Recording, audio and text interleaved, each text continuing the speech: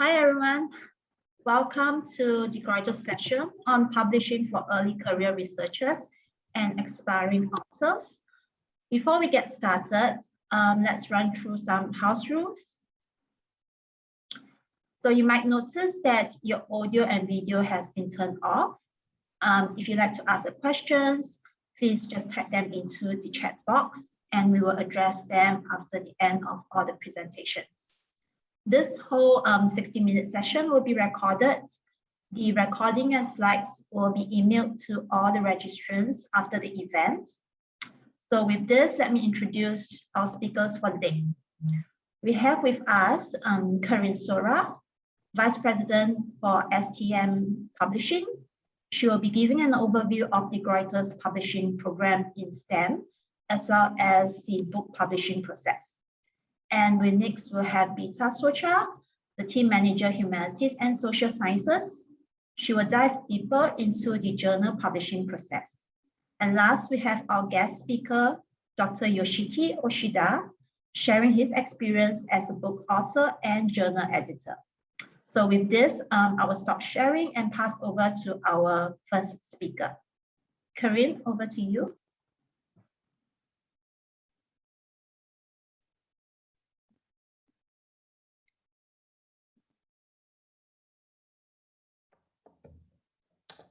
Okay, can you see my screen?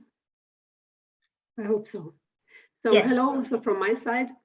My name is Karin Sora. I'm Vice President, Science, Technology, Engineering, Mathematics at the Gruyter, and I will talk about how to become an author with the Gruyter. I will show the advantages of being an author with the Gruyter and also give you a brief overview of some clear tips, practical tips, what you have to think of if you would like to publish with us. I am by training a chemical engineer and a programmer, but spend most of my professional lives in publishing, as you can see. I was with Wiley VCH, I was with Wiley, with Springer, and now for 10 years with the Gruyter, and I'm still loving it. If you are interested in scientific writing, we are here to help you becoming an author. Do you know the story about the 3 bears in which a girl named Goldilocks finds a house owned by 3 bears? And each of the bears has their own preference in bed and in food. And while Goldilocks tests them, she finds that one of the foods is too hot, one is too cold, one of the beds is too large, the other one is too small, and only one is just perfect. And this concept of just perfect is easily understood, applied to many disciplines, and also to publishing with the Gruyter. The Gruyter has exactly the right size. We are small enough to still be flexible and personal, but we are also big enough to invest in technological developments. We are there for our authors, and the authors receive support the entire way. So we have the perfect size for publishing with us. Why would one publish with the Gruyter? We are fast, we publish quality, and we have different publishing formats, electronic, print, open access, subscription, you name it, we have it. And as you can see in the picture, we're also represented at the most important conferences and fairs. This is our booth at the Frankfurt Book Fair. Let me tell you a bit more about the Gruyter. The Gruyter is a publishing house founded over 270 years ago. We have a large portfolio in books. We publish 1,600 books, but also 800 journals every year. Aside from that, we publish the content of some international publishers who distribute their ebooks on our platform. Over 20 really renowned publishing companies are with us. We have one of the largest open access portfolios in the world in books. Our offices are in Berlin, Basel, Boston, Munich, Beijing, Warsaw, and Vienna. And we have over 350 employees. At the Gruyter, one of the branches is science, technology, engineering, mathematics, STEM, so my area. And what do we publish? We publish mathematics, we publish technology, which here means computer sciences and engineering, but we also publish in the physical sciences, which comprises chemistry, industrial chemistry, chemical engineering, material sciences, and physics. You can see pie charts of the distribution of our authors, so 2019 and 2020. As you can see, we have a truly international distribution, so our authors come from all regions. The blue shaded regions are the German-speaking ones, the red ones are the Americas, the green ones are from EMEA, so Europe, Middle East, and Africa, and the yellow shaded ones are the APAC region, the one you are probably most interested in, so Asia Pacific. And as you can see, in 2019, we had a fairly 50-50 split between India and China. And this changed in the year of pandemic. We have a larger chunk coming from India, then the yellow slice would be from China, and then we also have authors from Australia. But overall, the APAC region is growing, and the distribution of our authors is kind of uniform, so the 4 regions are equally represented. So how does it work? One discusses a book idea with an acquisition editor, and I've listed the email addresses of the ones in the physical sciences, but if you access our website, you will find contact people for more areas. You submit a book proposal, we will provide you with a template, then you write about 150 to 350 pages, and left-hand side, you see the outcome, a beautiful book published within 4 months, roundabout. It is always good to start a conversation with the acquisition editor, because then we will find the right publishing format for your book. As you can see here, the level goes from left-hand side to right-hand side, and depending on the target group and the type of your content, we will include it in one of our famous series. For instance, the DGS series comprises 800 volumes, Graduate 500, STEM 300 volumes, and then of course we also publish monographs, reference works, encyclopedias, handbooks.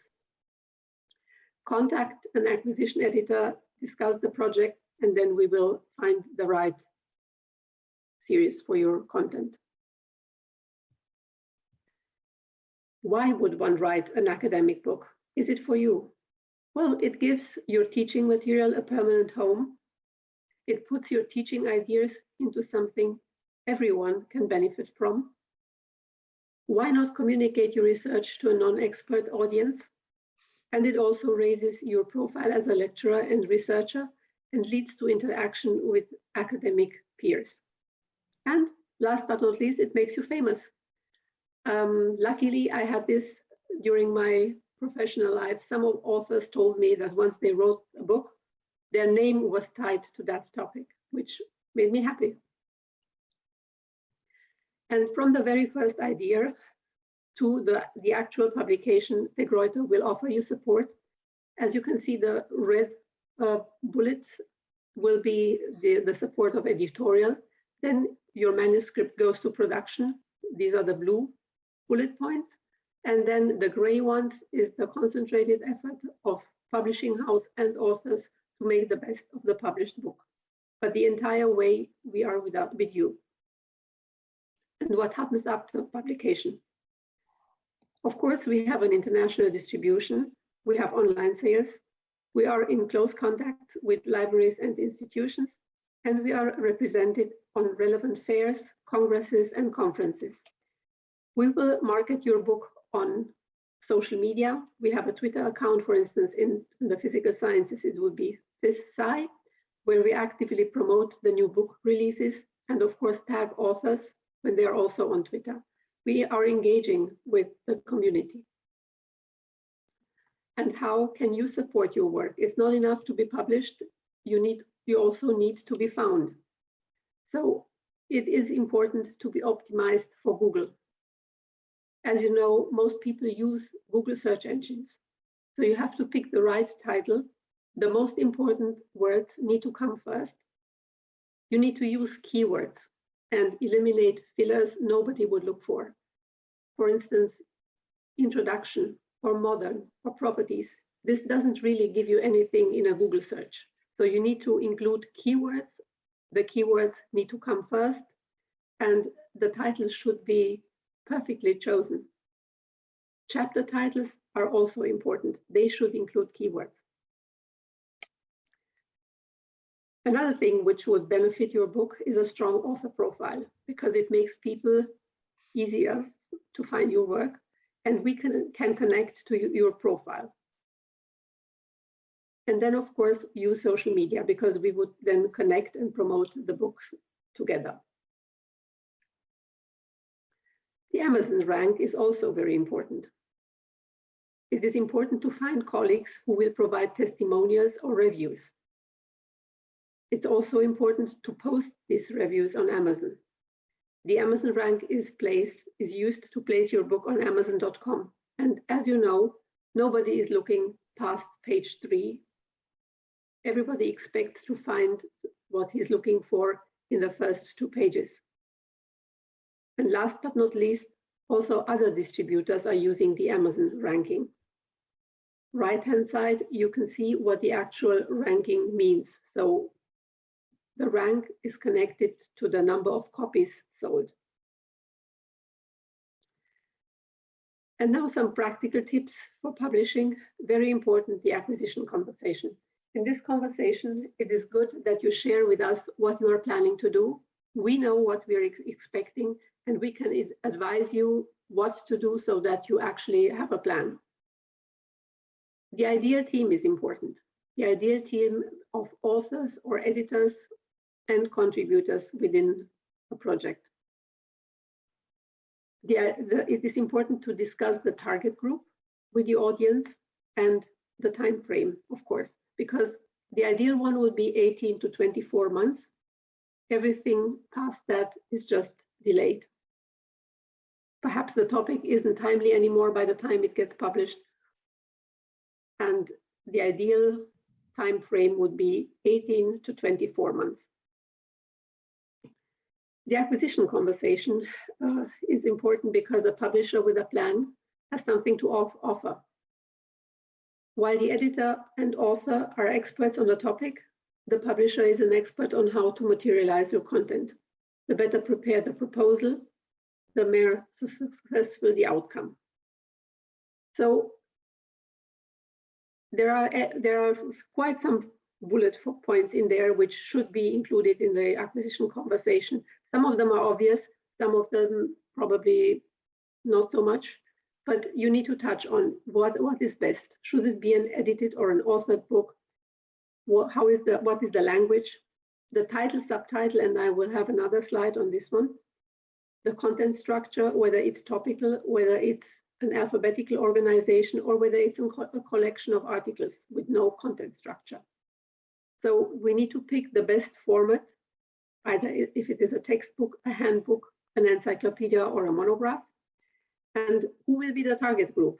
And this is, again, very important, because writing for everybody is like writing for nobody. If you have the exact level in mind, then you know what you should be doing. Also, the market perspectives.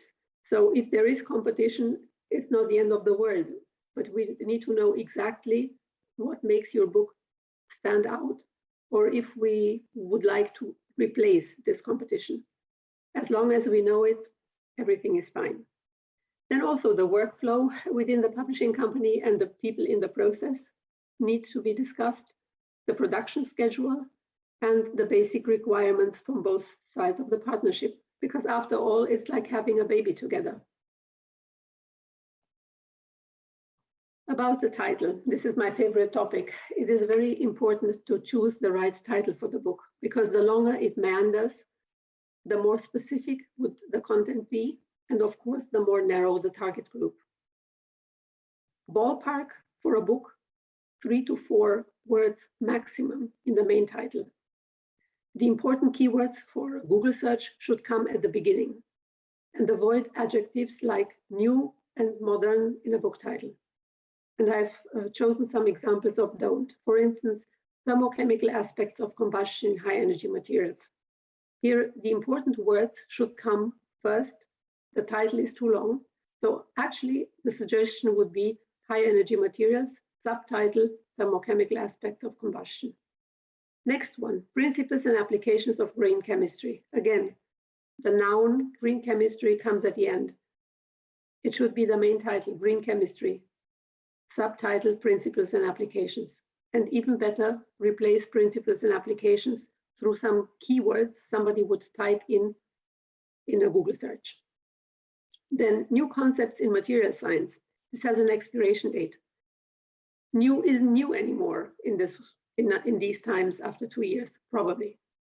So avoid new. And then another one, 100 must-known mechanisms. And this is too unspecific. So 100 mechanisms of what? So choose the title carefully. It will affect the success of your book, because the easier it is found, the better the sales will be.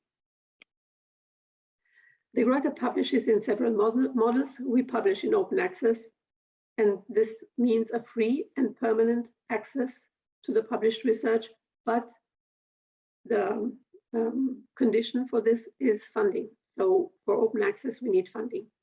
Of course, we also publish in the traditional subscription mode, and this requires, of course, institutional and individual sales, but we also have the hybrid model, and this means that only the articles and chapters for which we had funding, these will be freely accessible to our readers.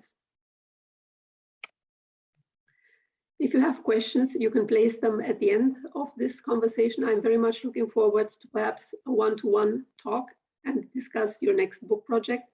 And now I would like to give you a quick preview of our forthcoming books, because I've chosen some where at least one of the editors is coming from the APAC region. We have beautiful books coming out in the second half of 2021. As you can see, the topics are timely. There are interdisciplinary and really the latest. So on energy, the latest on organic synthesis, biomimetics, membranes, who are a very sustainable technology, explosives, and also on dyes. And here I would like to dive in the first. It's a set of 2 books on flow chemistry. It's a timely topic in organic synthesis. And one of the editors, as you can see, comes from the University of Adelaide, so Australia. The next one are 6 volumes on natural products, and the authors come from China. I'm very happy to have this set on board, and the publication was July 21. Then we have 2 volumes on nanoethics, and here one of the editors comes from India. Nanotechnology is a topic which is around about 15 to 20 years old. It's now becoming a mature topic, and it's high time to also talk about the ethics of this technology. Membranes. Membranes are a timely topic in all kinds of applications. They're applied to food, they're applied to water, they are applied to in medicine. And I think we have one of the biggest portfolios on this new but very timely topic. The author, Professor Drioli, was a visiting professor in China, in Korea, but also in Australia. Hydrogen. As we know, energy is one of the most important topics at the moment. All subject areas are addressing it. And here I would like just to point out that we have the most comprehensive book on the topic, and this was published in August. The editor is active in the European Union. Then probably we have one of the biggest portfolios in explosive propellants and pyrotechnics, so high energy materials. this is important insofar because it's a very specific area, but having one of the largest portfolio is very important. I would like to mention the Encyclopedia of Pigments and Dyes, which is interesting because it's an application area and there is no such book on the market right now. And we have the whole content published in September 21. Then a broader one where the editor comes from Mauritius. It's a snapshot in the chemical sciences, in theoretical chemistry, applications in the pharmaceutical chemistry, green and sustainable chemistry. So all the topics that are interesting at the moment are included. And the conference where this content comes from was endorsed by the Union of Pure and Applied Chemistry. And now to journals. I would like to hand over to my colleague, Beata Socha, who will give you an insight into our journals. Hi, thank you. Thank you so much. Yeah, I hope you can hear me. Can you hear me? Yes, okay, great. So now let me share my screen. Here it is. And so you can, okay, can you see it? Can you give me a nod if you can see my screen? Okay, thank you. Great. So my name is Beata Socha. My background is in economics, and I've worked with the Gruyter for over 5 years now. I'm team manager for humanities and social sciences, and I specialize in journals, open access journals to be specific. So what I've prepared for you today is a brief guide on how to write and submit the best possible journal article in order to increase your chances of acceptance. The first question any researcher has to answer is why they chose this specific field of their study. There are many different answers here. Many of them are correct answers, right answers. You may have found, for example, an under-researched area or a novel and quickly growing field of science, or a novel approach to analyze data. Whatever the reason, the first step should always be to check the existing body of knowledge and check it very thoroughly. A lot of articles get rejected because of missing key references to existing literature or insufficient novelty, obviously. The next step is naturally to clearly define the goal of your research, what you want to verify, accomplish, and how you want to achieve it. And also how your study will expand the existing body of knowledge. Once you've carried out your study, it is time to write up your findings in form of a journal article. When writing a paper, it is often recommended to already have a particular journal or a group of journals in mind. This way, you know who you're writing for. You should probably devote some time to reading the journal descriptions and scope to make sure that this is the right fit for you. If you opt for an open access model of publication, check the conditions, just licenses and APCs, article processing charges, to make sure that they are in line with your funding institution.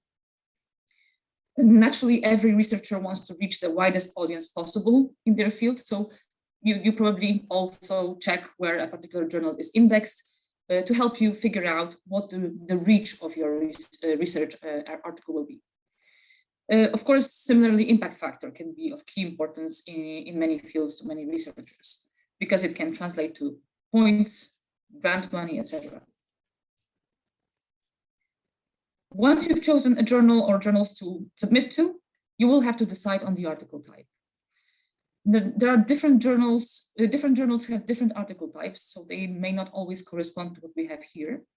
But these are the most typical article types that we deal with. The most common type is, of course, a research article, which is often called a regular article, full-length article, etc. In STEM, however, speed can be of vital importance, and therefore authors often opt for a shorter article, for instance, a communication or a brief report. The difference between these two is somewhat technical, and it depends on the journal, of course. In many of our journals, communication is where the preliminary results of a larger study are presented, in case where the research product is a multi-staged one.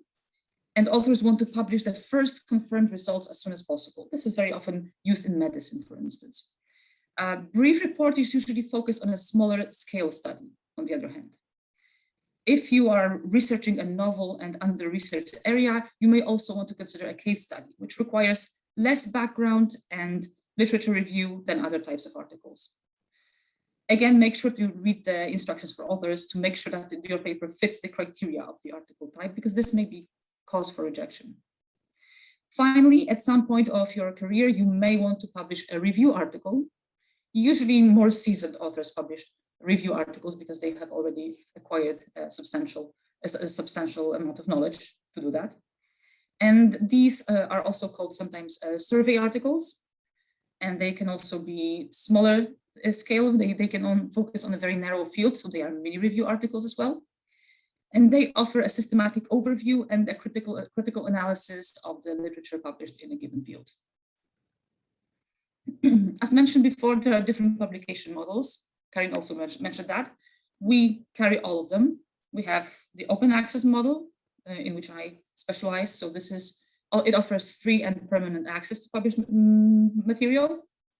We have traditional subscription models, as well as hybrid journals, where you can publish in open access, but the journal itself is a subscription journal. Okay, let me continue. Now for some very practical tips for young researchers and aspiring authors. First of all, I would like to point out that there are many different parts of an article: the title, authors, abstract, keywords, etc. All of them are important, and I will discuss some of them to make sure that you write the best article possible. The most important thing about the article is, of course, the title. And the title has to be representative of the content of the article. Many researchers, particularly at the beginning of their research career, try to invent very catchy titles for their articles. That can be tricky, and it fails more often than it doesn't. So try to avoid using slogans, jargon, and wordplay. Just stick to what the article is actually about. The goal here is to make sure the reader understands what each article is going to be about just by perusing the titles. Keep the title relatively short, but not too short on the other hand. And I will give you some examples here. The rule of thumb is to keep the article at about 10 to 15 words if it's a very specific and technical field. Here we have articles from the most specific to broad. I'm not going to read them out to you. You can see that some of them are clearly too broad. The last one, particularly enhancement of student learning in COVID-19 education. It just really doesn't tell us anything about the article that we're going to read. Classification of plant diseases using machine and I'm sorry, I covered my own script. And the deep learning. Again, we need more information about the techniques used in order to understand what the article will be about. So this is also too broad. Okay, now let's move on to authors.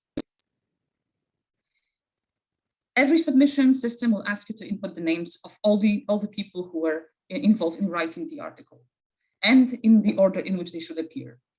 That is best done early on to make sure that you don't change it mid-submission or during the review process, because it can be done, but it can be also troublesome. So decide before you submit what the order of authors should be. The first author is often the corresponding author as well. So this is the person who speaks on behalf of the other authors. It doesn't have to be this way. They can be two separate people, as in this case, we have the blue author is the first author, and then we have the red one who is the corresponding author. It should be mentioned here that journals do not look very kindly on listing too many authors, for example, in a very short article, as it can be unclear as to what their contribution to this article was, and you may be asked to explain it. It should also go without saying that authors should avoid listing so-called ghost authors and gift authors, who are people who had no contribution to the article. For example, they were part of a research group, but with little to no involvement whatsoever in the article itself. Keywords are essential to making your article searchable via databases. They also help find the right reviewers for your article. This is also important. Many submission systems use keywords to find reviewers for articles, and this speeds up the review process. So make sure you give it some thought and choose the most representative keywords for your article. And one pro tip here would be to only use standard established terms and abbreviations. Do not invent new ones and put them in keywords. They will basically be pointless. The abstract is in fact a bigger deal than many authors realize, especially at the beginning of their career. It has to be properly structured in order for the article to be even considered for peer review. So make sure it summarizes the entire article. It is not just a preamble to the introduction, as is often the case in the articles we receive.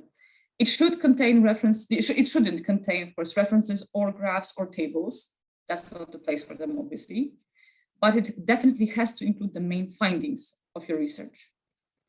And most importantly, it cannot contain things that are not covered in the article. So many seasoned researchers will tell you that you should have a draft of your abstract in your mind when you start writing, but actually write the abstract itself after finishing the article. And now some do's and don'ts for writing an article. Most of them are actually common sense, but I would like to focus on some of the key aspects here. For instance, methodology. Make sure it is clearly explained because it needs to be replicable. Other research teams may want to check if the methodology is sound and do the study again. So it has to be very clearly explained in your article.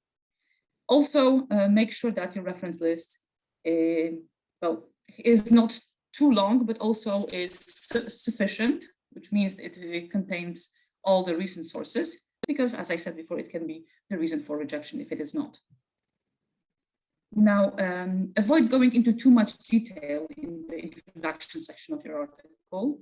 This can be tempting, but try to avoid that because you may simply lose the reader's interest at this point. Make sure you structure your article at the end so that the article is, well, interesting enough and the introduction makes it interesting enough for the reader to continue. And results, of course, are the most important part of your article. This is where you present your findings in a clear and well-structured way. So organize them into sections, use as many visual aids as necessary to present them to facilitate communicating the results, and indicate all relevant aspects of your results. In the discussion section, you should show how your research fits into the existing body of knowledge, how it expands on it. Finally, you should state some limitations of your study to show that you've done your due diligence and that you know how your research can be taken further. Conclusions can be either a separate section or they can be joined with discussion, in which case they should be probably fitted into the final 1 or 2 paragraphs. Make sure that your conclusions are supported by your results and do not ever use your personal opinions to justify your findings. It has to come from results. Also, at the end of the article, it is the right place to include author statements, such as ethical statements, conflict of interest, funding information, and acknowledgements, as well as research data statement, which tells the reader if and where they can find your research data, so the raw data that you used, if you've decided to make it public. And this is a common trend to make your research data public these days. It should also go without saying that plagiarism is very severely penalized and may result in even in blacklisting an author and a retraction of an article. All journals check for plagiarism to make sure that their research is original. Now, what happens after the article is published? So here is a very brief summary of what happens, of the next stages after submission. First, editor's assessment. Our editors check the scope, the content, and the language of the article to decide whether or not the article merits peer review. A lot of articles get rejected at this stage, and this is called desk rejection. Second, peer review. There are different types of peer review, from double-blind, where the reviewers don't know the name of the author, and that the author doesn't know the name of the reviewers, through single-blind, where it is only the author's name that is obscured, and the reviewers do know the author's name, but the author doesn't know the name of the reviewers. And there are, of course, other types, for example, open peer review, which is becoming also quite popular these days, where every party is disclosed. So make sure you check the peer review model before you submit your article to make sure to be certain that this is what you're looking for. Once our editors reach a decision, they send the article for publication or for author to revise it, or they can, of course, reject it. After 1, 2, or even more rounds of revisions, when an article is finally ready for publication, the editor makes a final decision to accept. And that is not yet the end of the article's journey. It is then moved to production, where it may go through language editing and technical editing. These stages also take some time. So we often receive questions from authors, where is my article? Sometimes they are at the technical editing stage, language editing stage, but if there are files missing, it prolongs the process. So also make sure that you include all the raw data files and all the editable files in your submission early on. This is also where we usually ask authors to provide a signed license to publish. And after 1 or 2 rounds of proofing, the article is finally published online. So thank you. That's all from me. If you have any questions, I'd be happy to answer them at the end of the presentation. Hello, everyone. I cannot send a page. Yep, so I will click for you, right? Okay, all right. Well, today I'd like to share with you these 4 items. So from first, next slide, show. The environment around the journal has been changed if you compared past and present. And I'm talking about 20, 30 years ago and present, so quite a long time difference. But in the past, a number of journals, particularly in your field or in my field, material science and engineering, 5 or 10 journals are just about the number. But now, many, and still increasing.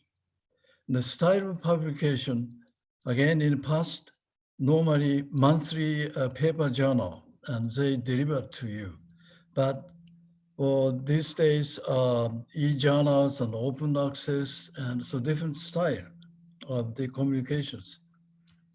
And review period, as we just heard from previous 2 presentations, normally used to be 6 to 10 months to know whether or not your submitted paper will be acceptable or conditionally or whatever it is. So if you are good, then about 2 papers published per year is a good researcher. But presently, 1 or 2 months and you find your paper will accepted or not. Normally accepted in a favorable way. And submission fee, again, the past among the 5 to 10 journals, there is no variations and just reasonably priced. But now it's varied. Sometimes the APC, this is article processing charge, or DOI, as you know, the digital object identifier charge is different. And among the journals competition in the past, there is none, and they are very prestigious. But present is to me like a writer or a researcher. It looks to me at a very severe competitions. And the journal quality, because of not much chance in past so high, but now it's varied. And always they're fighting to me is, looks to me is the very fighting with impact factor, IF. And citation, normally in the past, Science Citation Index, SCI, is the number that also relied on.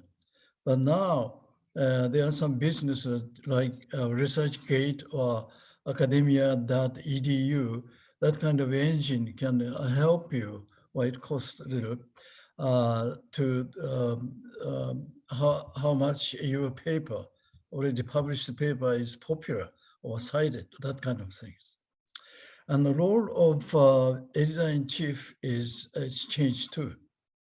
In past, role of editor is definitely responsible to establish the scope of journal. And normally, first issue of every volume, that means New Year's, they address some New Year's announcement and which way we should go, this journal, that kind of things. And try to lead the academic society. But presently, this is in general again. The editor-in-chief's role doesn't seem to be strong compared to past. And so no much strong address, and seems to be not much strong indication the leading the society. Now I move to the next slide, please. This is for example, after I published two materials book from the Gruyter, one is a nickel titanium book, the other one is biodegradable magnesium book. Now, surprisingly, these are the list, about 35 journals,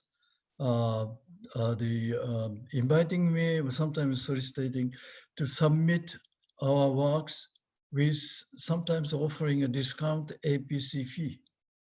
So, well, in the later, I will discuss with you which journal should I choose.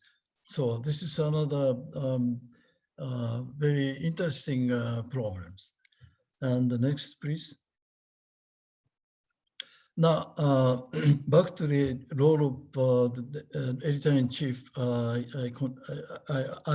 would like to add one thing is some smart editor-in-chief is listen to the surrounding outside movement, particularly, for example, United Nations announced that 2013, and this goes to the 2030, announced 17 SDG, the Sustainable Development Goals, and listed in the below. And some, like if you're involved in the health and the medicine, number 3, good health and well-being, or some food industries or chemistry, 14 to 15, you might be some extent you involved. And that kind of things, editor-in-chief is very sensitively to pick up this movement and announce it. This is very good to me, is a good leadership as far as the editor-in-chief is concerned. Next, please.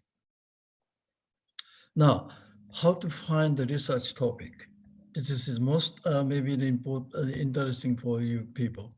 This is all when I was young. The office, one of the build office. Next slide, please. My office have 3 walls. I don't have any cabinet. There's only bookshelf like this. And I pile the copy of the paper. And sometimes I ask a secretary to make a copy and just pile up. Don't read it, just pile up until the sack of the paper, a copy of the paper had the thickness about 2-3 inches. That is about good 30 to 40 papers. Then I move the next step. Okay, next step is I move from the left top to the according to the aisle. Okay, here based on the keyword, as we already heard, the keyword is very important to some represent that paper, right? So based on the keyword, make card. And sometimes the same card could be used a multi-card. and you group it, and again regroup it to make this kind of pile. Then finally, which group connected to which one and which group which one, and what I call the interrelated map. You can make it, okay? And next, as seen, next one, please. Next one, please. Okay, this is purposely, sure, it is not focusing. This is too much crowded, but this is about 1,000 articles based. I spent years ago, I spent the whole 2-month summer vacation, and I occupied the dining table, which makes wife and I happy. But anyway, this is all about the ceramics. So this is very massive, but you will see where you are. It's very interestingly, all kinds of technology and engineering and pure science and chemistry are involved in this map. But next slide show you a much clear. This is if you have developed a caries or decay on a tooth, and I went to the dentist. Dentist they removed that region and polished and grinded nicely and ready to keep your worn dentin and fabricate processes like bridge and crown, and using bonding agent to bond to your tooth and let you bite, right? It's just a whole dental process. Now, only look at the dentin bonding strengths. But now, this bonding have to be some strengths to against the occlusal force, which is sometimes 200 Newton. It's quite strong. Well, I have already this kind of map only related to the dentin bond strength. I cannot do the details, but if I look at this, test evaluation is already, some researchers do the method, some researchers do the geometry, some people do the research on the test timing, and some people studied at the crosshead speed. And the next slide, please. Now, this crosshead speed is once you have two things bond together and wants to know how strong this bond. Normally, they have to test, they make a samples and stick in the machine and put it. And normally, uniaxial tensile test is the test. Now, the crosshead speed is how fast you pull to get to evaluate the bond strength. Now, surprisingly, this number is doesn't mean anything. This number is just I assign the reference number, but the important thing is the height.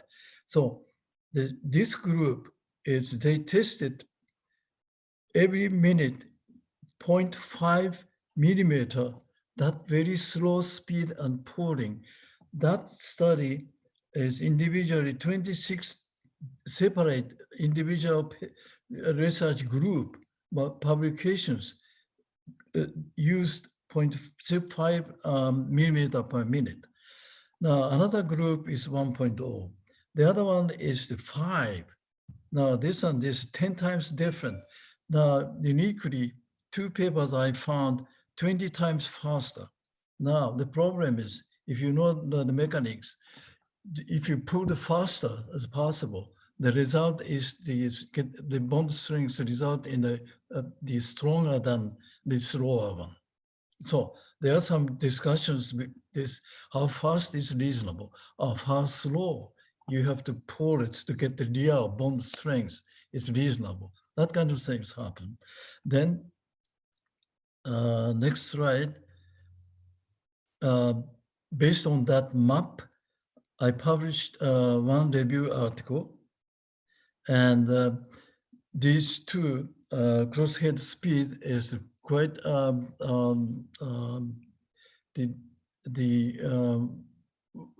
nice to discuss and nice also to target to run some plan the test and run the test. So, and we did the 2 publications on that. So only that dentin bond strength, but once you have interrelated map established, then you can do so many interesting things from that. Next slide, please. So we have this, but this is not the complete. Next slide, please.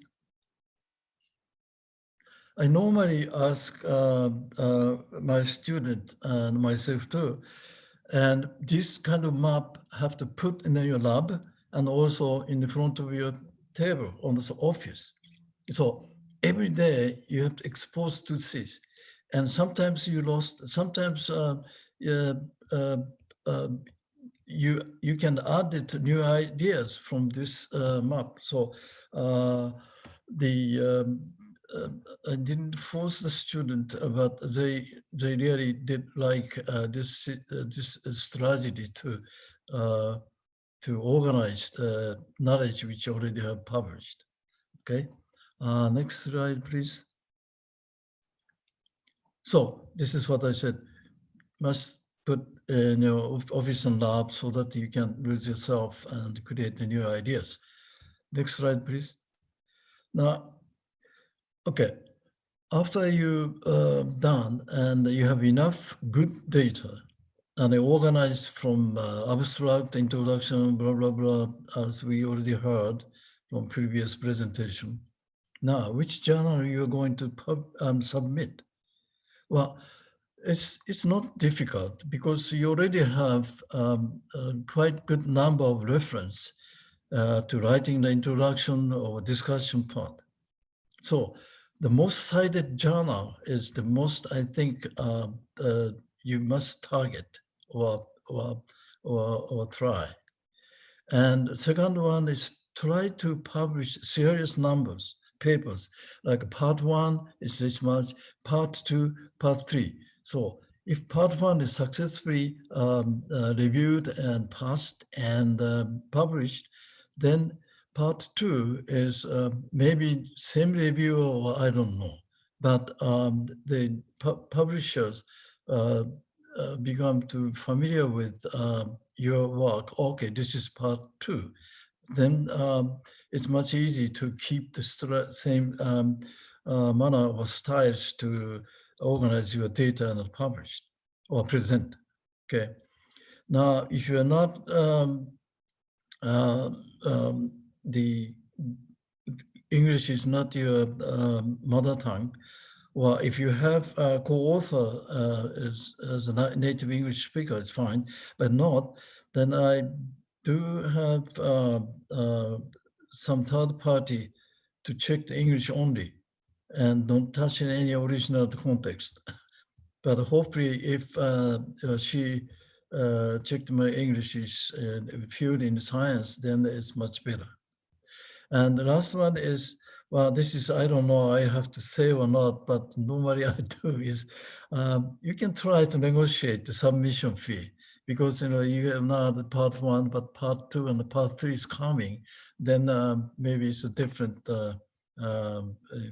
impressions or feelings to given. Okay, next slide, please. Okay, how to publish a book. This is a different. I published the 2 books from the Gruyter, and also third one, AI in the medicine is coming, and I'm preparing the implantology in medicine and dentistry. But now the drawn big pictures to cover the whole view. It's not the one single paper to publish the journal. This is a different. And spend enough times to complete the interrelated map. Once you make the interrelated map, I have shown you already 2, 3 example. Then you can grab some whole story, whole view, and start collecting enough information and from relevant sources for journals, articles, book chapters, and books. And then the very detailed context from chapters, sections, and subdivisions, such and such. And start writing from this order. And sometimes you insert footnote and the materials stuff. These are that additional thing. It's not must things. Next slide, please. This is what I'm doing now, is writing the implantology based on this. And so if I keep writing, every time I see it, and so I don't lose myself, and still I can tell where I am now and which part I am writing. Now, next slide, please. Take a look how many books published already. The titles, implantology or implant. This, next. I have another 3 slides. This, next. Next. Wow. Oh, this previous one was fine. Altogether, 172 books which are already in the market. Now, my book is going to be very last about that. And so, question is, how to make a book distinguished from the others? Well, I can rephrase my question: how to introduce a book, or how to attract the potential readers? Then.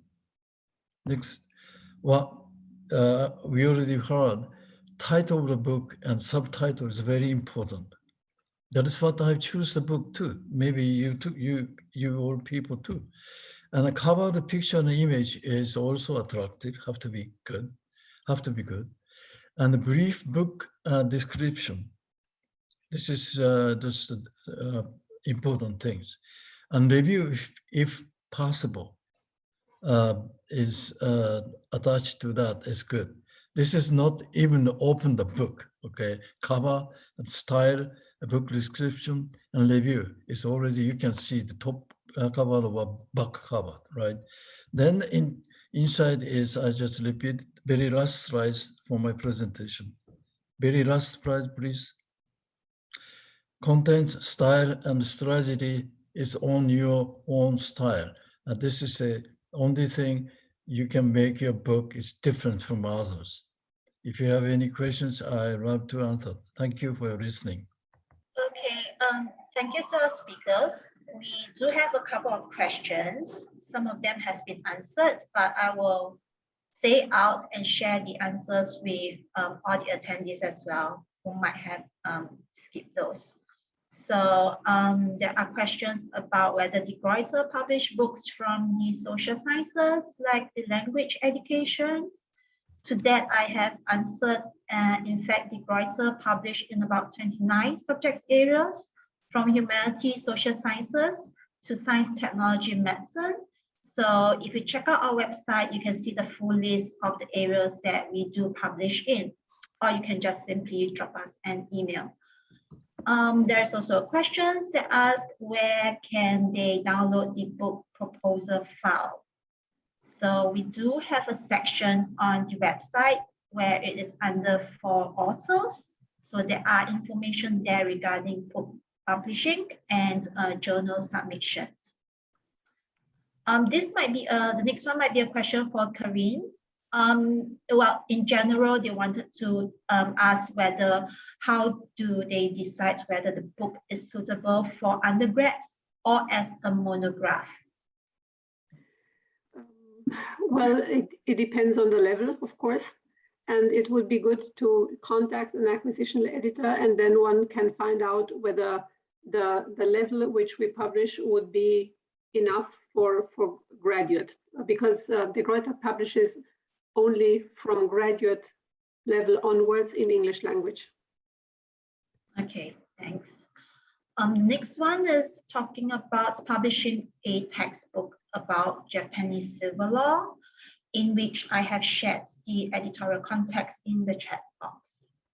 There is also a question about not whether the Gruyter's journal portfolio has marketing or business management. So I did manage to find about 19 journals in the management area. So do feel free to check our website. There's a lot of information on it. Do we publish anything related to music? I think it's a small area for the Gruyter, but yes, we do.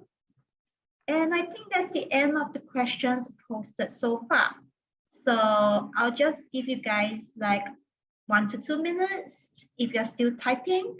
If not, we could just end the session and have a good afternoon.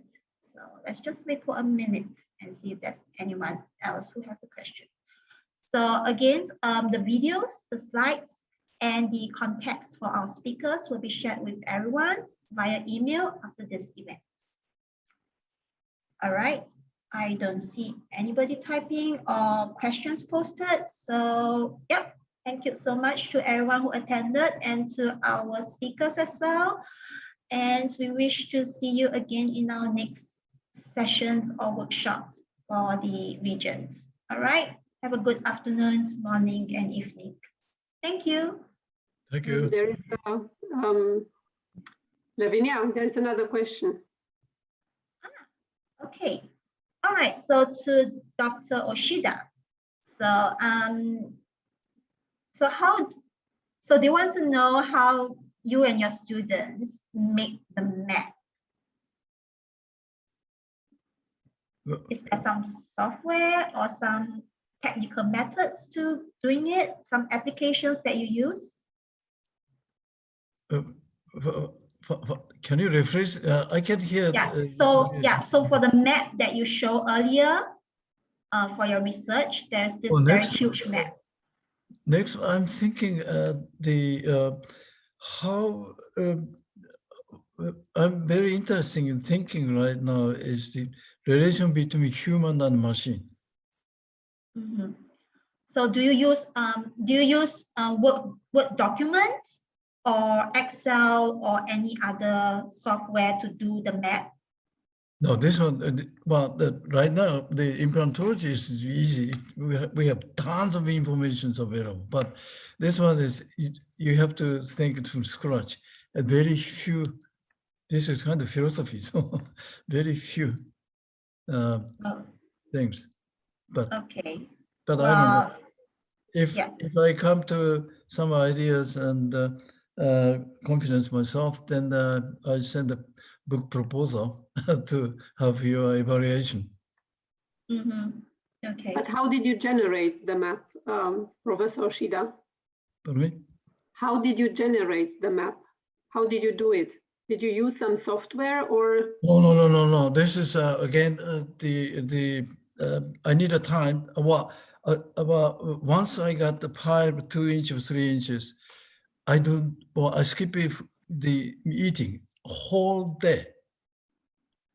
Concentrate and don't go to the office. And 2 days or some 3 days, just concentrate on make a card. And so I need some open, nice, good table. Then regrouping and think and reshuffling thing and to make that map. And right now I'm looking at the map, the implantology, and this the ceramic one is the real size is 12 by 18 inches, huge. That is the size. Finally, you can see it later. But I was invited to National Institute and several the United States research center to give the lecture. But that is years ago. I don't have energy. No, it's too much. But anyway, it's just kind of fun. Okay. Yeah. So I hope that answered the question to some extent. So from Dr. Oshida, the work at the early start is quite manual. So he will get all the information about the research and then actually spread them out on the dining table so that he get a clear view, and after which he starts to make maybe digital cuts out of it. So the next one is that, sorry. Using the computer and software is always, the data is there. I know that, but you cannot see the day every day. So that is the thing. I have to make a map. So that, so that each column has contained lots of. So judging from the direction that Dr. Oshida is looking at, I guess there's a huge map, a board perhaps, right in front of him where he constantly updates it and changing the information that is being posted on it. Yeah. So the next one is about the materials. So yes, the PowerPoints, the slides, the recordings for today, as well as the contact details for Dr. Oshida and Beata and Karin will all be shared with everyone via emails that you've registered for the session. So yeah, so with that, we're going to end this. We have overrun a bit, so thank you everyone for being so engaging. So yes, so thank you again to the speakers, and we will see you next time. All right. Thank you for having us. Bye. Thank you. Bye-bye. Thank you.